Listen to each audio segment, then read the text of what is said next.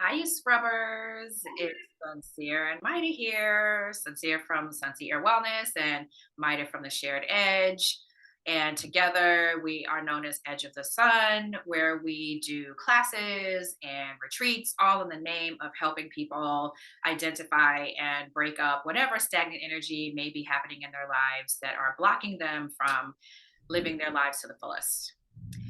So this month's scrub is in honor of Scorpio season. We are now, and actually, I think it starts today as of this taping. And true to Scorpio form, Maida and I actually had a pretty long discussion about what we were going to talk about. We were trying to figure out how to tie it into our class, which is a 7 month long series that we're doing with Minka, Manifestation Within and Beyond the Chakras. And we were trying to figure out how do we tie that into Scorpio, with Scorpio having this energy of like mystery and digging, going deeper. We were just trying to figure out how does this work. But that's exactly it, is that, it's really about going deeper. When you're looking to manifest something in your lives, it's important to go within and figure out, okay, where am I being blocked at this time? What is it that I need to do in order to, just create a space of allowing for myself, which is exactly what we do in our class. So we wanted to offer a little snippet of what we do within this, very deep, intense, tumultuous time that we're going through, which is again very Scorpio energy. So we're just going to cultivate a little peace at the same time while we are just helping you go within to figure out where's there some stuckness, where's there some tightness, where is there some heaviness going on within your body. So mine is going to guide us through that, and then I will simultaneously be doing the Reiki, and I will report back on whatever images came up during that time, and then we will have a discussion like we always do, and we leave it open for comments as always. Is there anything you want to add, Maida? I kind of just went zip from beginning to end. So No, it's good. I mean, I think specifically because part of our class is we actually go through each chakra month by month to start to just become aware of that energy center and where and if there might be a block within that center. And then if there is, how can we better unblock it so that we can move and flow fluidly all the chakras, right? So they can all work together harmoniously. So we don't have this sort of inner turmoil all the time. So for today, I'm not going to necessarily lead us through all the chakras. It'll probably more just be a little snippet of where we worked last time, and just the crown and the soul star chakra, just being able to connect more deeply to just pure source, right? Before it sort of filters down into our form as it exists, and all the forms that exist. So we can really just tap into the pure field of divine knowing and love and joy. And then, of course, in the weeks or the months that precede in our class, we'll talk more specifically about that. But, for today, we'll just explore that, like our ability, or perhaps inability, to connect to that divine source, what that can mean, and then how we can, knowing whatever we find out about that moment, how we can better become more open to it, so that we can sort of draw those experiences into more full embodiment. Does that sound okay? I like. Okay, cool. Otherwise, it would take a while if we were to go through all the body. We'll do a little bit of body awareness, but for the most part, I'd like, at least for this guided sound meditation, to be one where we really just tap into deep, calm source before it becomes form, right? Okay, cool. All right, so this will be about like 8 minutes or something, around there. So I usually recommend headphones if you have them, a comfortable place to lie down if you can, or sit, but sit comfortably so that you can just kind of let your eyes relax and you can really tune into just the listening sense. So, you can always, if you're watching this, you can always pause it before I start if you need a little extra time before diving in more deeply. And then once you do arrive to your seat, really fully arrive by completely relaxing the outer layers of your body into your seat or your bed or your cushion or your couch. Making sure that any physical tension that you are aware of, you can just start to soften. So maybe it is a sort of pain that you have already existing, or perhaps it's just a tension that we unconsciously carry, like a clenched jaw or hunched shoulders or gripping in the lower abdomen. So just seeing if you can soften those areas of the body. Take a deep breath in through the nose and exhale it out through the mouth.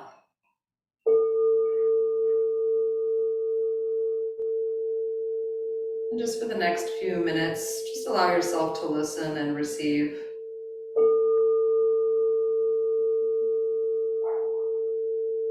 Different thoughts might come in, different feelings, different ideas, different sensations.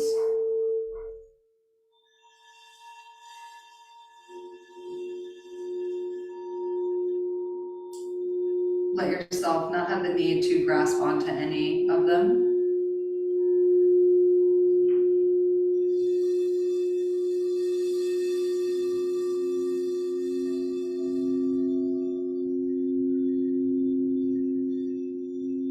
There's a beautiful quote by a teacher, Buddhist teacher, Jack Kornfield, who says, "Make yourself a zone of peace."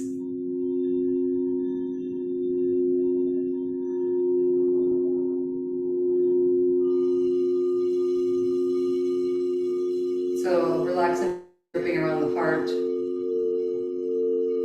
any gripping around your brain,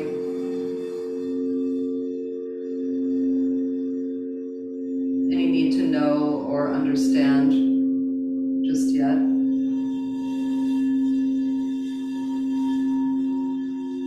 Allow the field of listening itself to expand.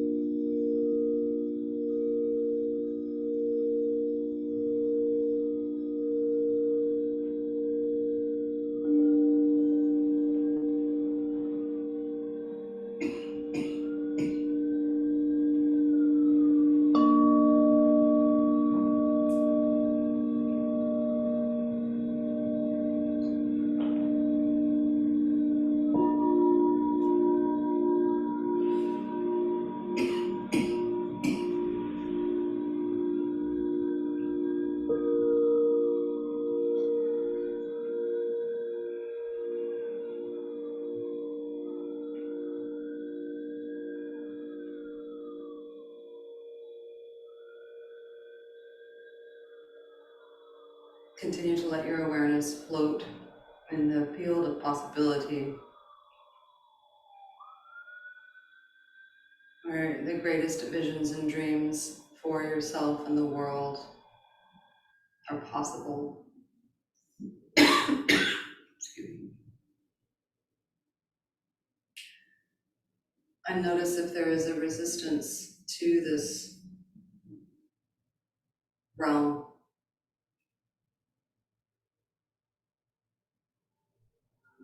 of vast possibility, infinite love, abundance.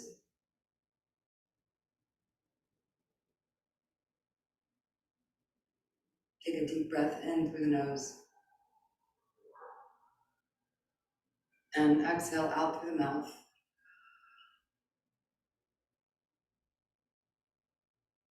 Don't worry for now if you met a resistance. Continue to let the vibrations come up to your awareness as you move throughout your day. Clarity will make itself known through the darkness as long as you're attentive to its unfolding. When you're ready, you can stretch out or open your eyes.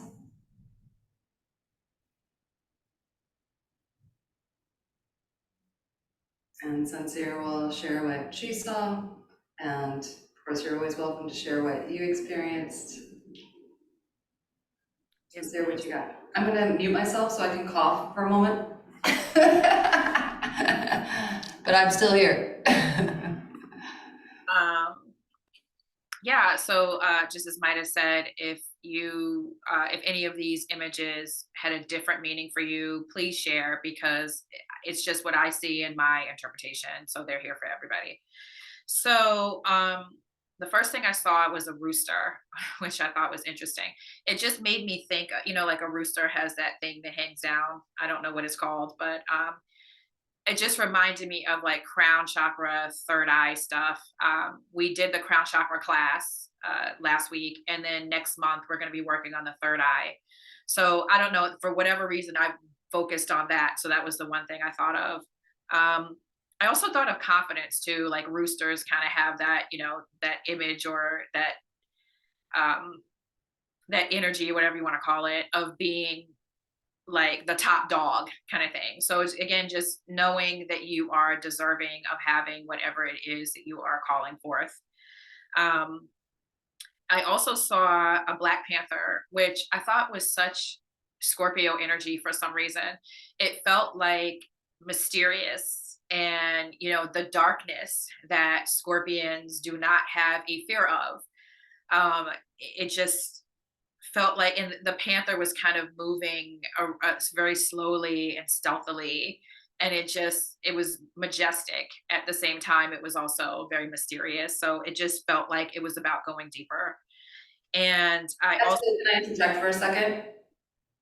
No, I just think it's cool because a lot of times, like when we do some of this work, especially going into these realms of uncertainty, there's a lot of fear and trepidation, but it's cool to have this image of this Black Panther that's like, that's okay.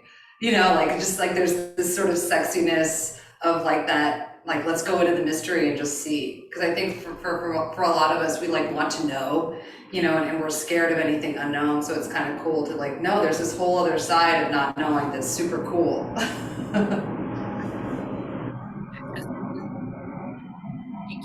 it has that sort of sexiness, like you said, but I also think that there is an element of fear that comes to it also. But you're right, yeah, it didn't feel fearful at all. It was definitely like, let's get deeper. And isn't Scorpio supposed to be like the sexiest sign or whatever? They are. Good call. Good point. Yeah, they would want me not to miss that part of it.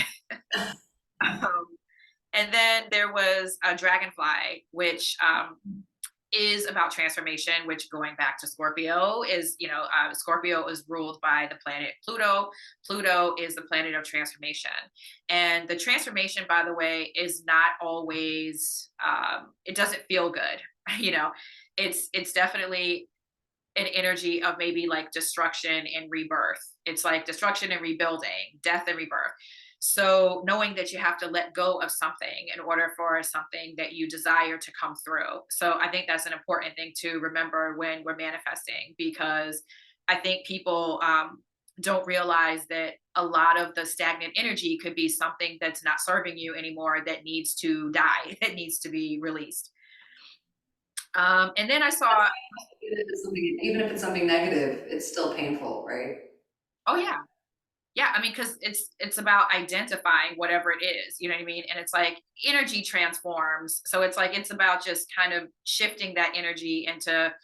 I mean, you can use that block and say, okay, why is this block here? What's the impetus behind it? And you learn more about yourself, as far as it's part of the conditioning, if you will. So let's just say that, when you were growing up, your parents were didn't allow you to have certain things, and your friends had other things. And then there's a part of you that grows up feeling like you don't deserve to have certain things. And that's the block. It's like you don't realize it. So it's just going deeper and figuring out, okay, I need to transform this energy into something that's serving me. I hope that makes sense. I kind of feel like I went a little bit left there, but I hope that's resonating with folks. Um, and then I also saw Christopher Columbus, which, I don't know, say what you want about him as far as like the negative things, but he was an explorer. Okay. What he found is a whole other thing, whether or not he found something. But Christopher Columbus was there, and I saw like the ship, the Nia, that was it, Nina Maria, and whatever it is. So it's almost like I saw the ships or whatever and the flag. So it's about exploring, basically. So that was the message. And then I saw a few tarot cards, and I saw the Tower one, which I'm not sure if that showed up because we had a conversation about it earlier. But the Tarot card is very much a Pluto feeling card, because it is about destruction and the rebuilding. So it goes along with Scorpio energy. And then I saw the Ace of Swords, and the Ace of Swords is about new beginnings, right? And it's just having,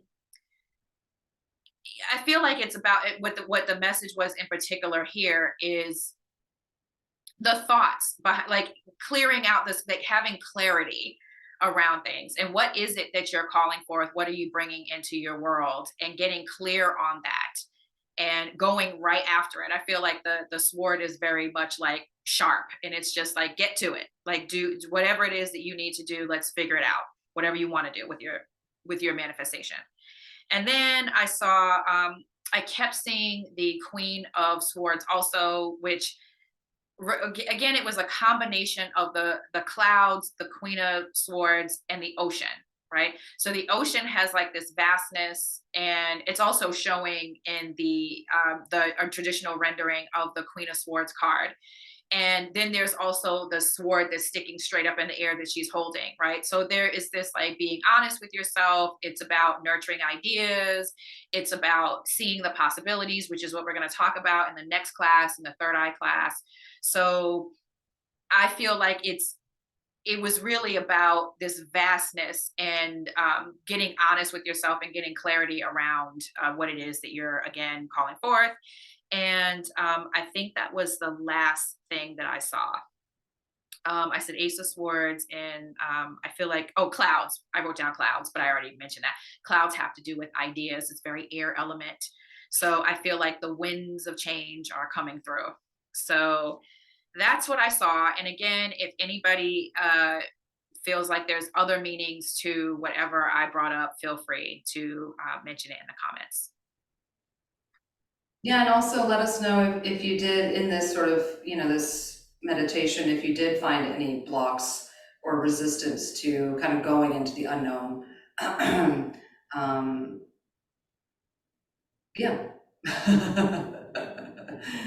Or the opposite. Maybe you got to like roam the field of possibility and everything was just coming up roses, where it was like, oh no, this one, it was just like super exciting and fulfilling. So anything can come up in that realm. So it's interesting to just see what does arise. And if you do want to join us for the rest of the journey for the next 6 months, We still have our accountability package available. If you do want to sign up for the next 6 sessions, we will give you the first session. There's a recording of that, so you'll be able to still access that, and also the notes that we supply after that, so you won't miss anything. You will be caught up for the next session. I think the next session is The third Thursday. November, what day? The third Thursday of The November. third Thursday, there we go, third Thursday. Third Thursday. Third Thursday. I think I forget the date. It's like November 16th, maybe? I'm not sure. I always get the dates wrong, so I'm just gonna be quiet. I think it's the 16th, but don't count us on that. But it's the third Thursday of the month, so we're gonna be there at 7 p.m. on Zoom. So you can join us there if you're interested in bringing more of this. So like, again, like I said, we kind of go through each chakra, so we kind of, sort of like what we did today, where we'll do a little discussion. That's more chakra specific than astrological, but we just go into the chakra and explore through sound, through Reiki, through discussion, how we're feeling there, and if there is a resistance or block, and how that might help us unblock it. Yep, awesome blossom. And if you are interested in going a little bit deeper, just finding out more about us, you can go to theedgeofthesun.com. Again, theedgeofthesun.com. And if you are interested in exploring other modalities, feel free to jump on the Minka site and check out the other practitioners and services that they offer. So I think that wraps it up for us right there, Myda Loretta. Mm-hmm. Okay. Bye, everyone. Bye.